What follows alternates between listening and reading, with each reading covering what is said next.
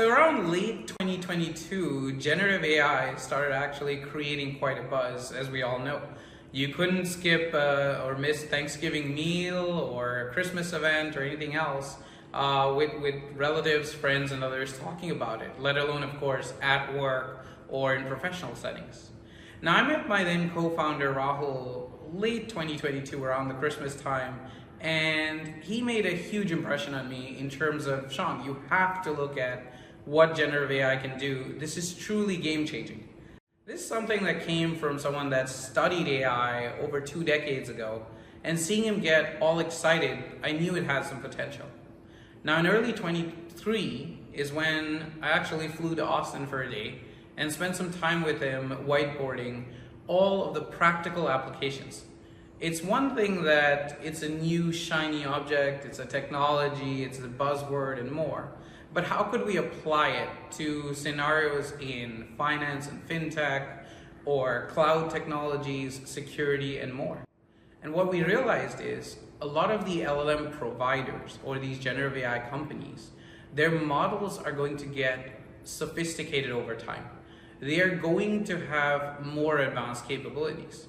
So what can we do, especially with customers in mind, that'll always bring value and bring the full value of what these model providers provide to our customers? And the answer couldn't be clearer when we went through a whole list and just settled on cybersecurity. I mean, in the last 5 years alone, I've had the privilege, I would say, of working with about 150 different companies of all sizes, a lot of the Fortune 100s, other enterprises, and even mid-sized companies in cloud transformation and security. I've seen them struggle, particularly when it came to observability in the cloud, bringing together the best of breed of cloud native and third-party security tools, and mainly extracting value from all of these. So when you think about that, when you think about potentially the millions in licensing fees they pay, what became very apparent is that we can use generative AI to actually solve some of the talent shortage issues that have continuously plagued cybersecurity, and more specifically cloud security.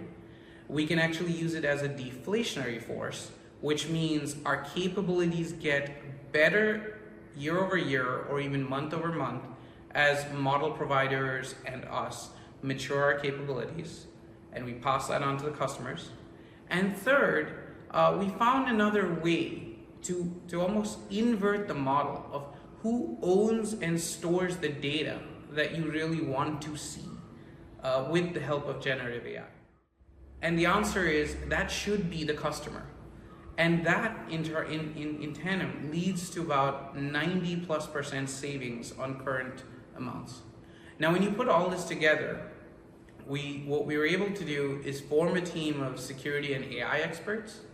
We're able to provision the funding, and that's come through us ourselves. And we had effectively the customer pain points and the product roadmap. You can call it the proverbial perfect storm, if you will, at that point of why it was imperative that we start HTCD. And being a builder myself, right, even over the last 15, 20 years in terms of full stack development, software engineering, security, and more, I was extremely excited to go and build this.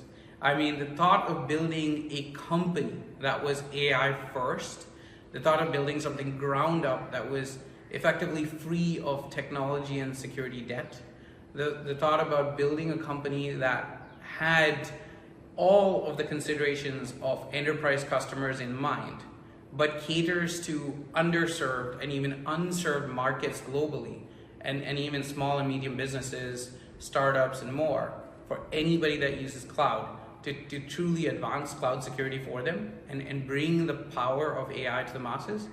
I mean, how could you pass up on that opportunity?